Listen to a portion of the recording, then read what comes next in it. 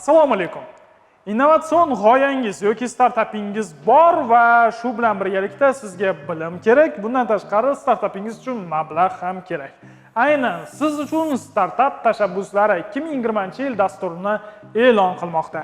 Bu degani esa siz ko'plab imkoniyatlarga ega bo'lasiz va shu davr ichida, aniqrog'i 3 oy mobaynida startapingizni hayotga tatbiq etishingiz ham mumkin.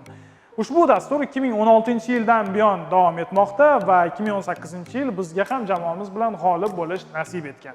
Hozirgi kunda esa ushbu loyiha yanada rivojlanib, ko'proq imkoniyatlar taqdim etmoqda. Endi bir nechta imkoniyatlarni sizga sanab o'tamiz. Birinchisi bu akseleratsiya dasturi. Accelerate degani o'zi tezlashtirish degan ma'noni anglatib, sizning loyihangiz 3 oy mobaynida 1 yillik hayotiy davrini bosib o'tadi. Bu degani esa siz ko'plab xatolaringizni va qanday yechimlar topishingiz mumkinligi to'g'risida ma'lumotlarga ega bo'lasiz. Ikkinchisi ta'lim dasturi va bilim berish.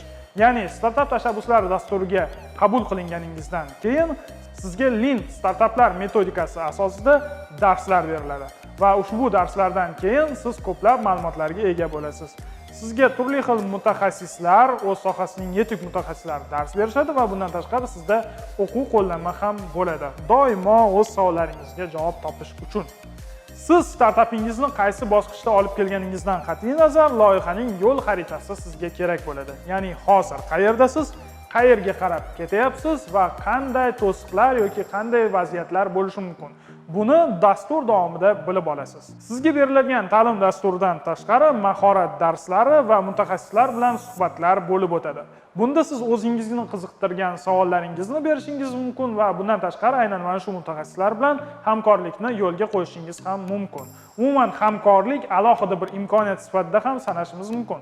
Sababi turli xil tashkilotlar, turli xil mutaxassislar sizning startap loyihangiz uchun ajoyib hamkor bo'la oladi. Startaplar, innovatsion g'oyalar doimo marketing va mijozlarni o'rganishga muhtoj. Siz ham o'z startapingiz uchun bu ma'lumotlarga muhtojsiz.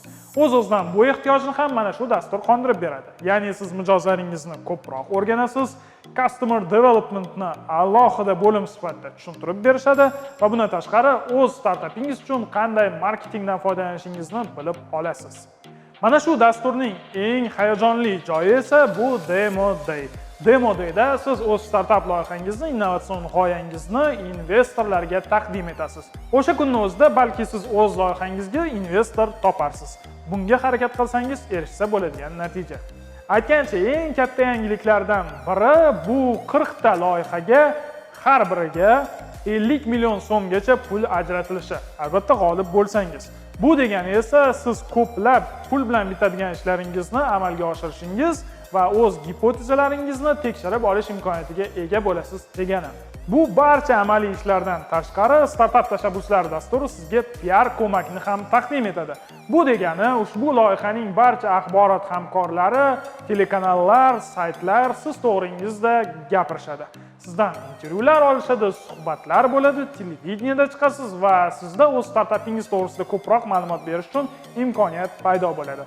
Bu imkoniyatdan ham alohida foydalaning. Endi esa talablarga kelsak, eng asosiy talablardan biri bu siz 16 yoshdan katta va sizda qandaydir innovatsion g'oya yoki startap loyiha bo'lishi kerakligi. Aytgancha, qizlar jamoalari alohida rag'batlantiriladi. Endi esa sizning loyihangizga qanday o'zi talablar qo'yiladi? Qabul qilinadigan arizalar orasida hammasi ham sifatli, hammasi ham talabga javob beradigan bo'lmasligi mumkin. Shu sababli ham mana shu talablarni yaxshilab diqqat bilan eshiting. Birinchi talab amaliyotga joriy qilishning osonligi yoki amaliy bajaruvchanlik. Ya'ni sizning g'oyangiz amaliyotga tatbiq etsa bo'ladigan loyiha bo'lishi kerak. Ikkinchi talab va umuman startaplarga, innovatsion g'oyalarga talablardan biri bu muammoni yecha olish.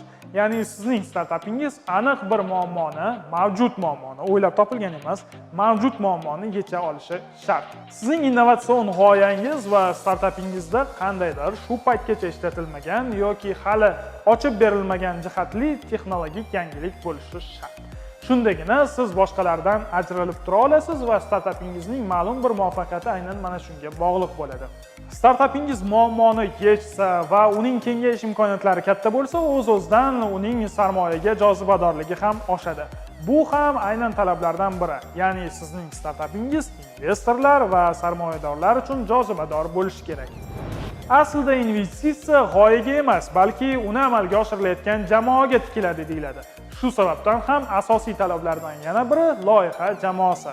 Bunda yana bir talab bor, ya'ni sizning loyihangiz eng kamida 2 ta insondan tashkil topgan jamoa bilan boshlanishi kerak. Buni ham e'tiborga oling. Albatta, qancha ko'p va tajribali a'zolaringiz bo'lsa, loyihangiz muvaffaqiyati ham shuncha baland bo'ladi.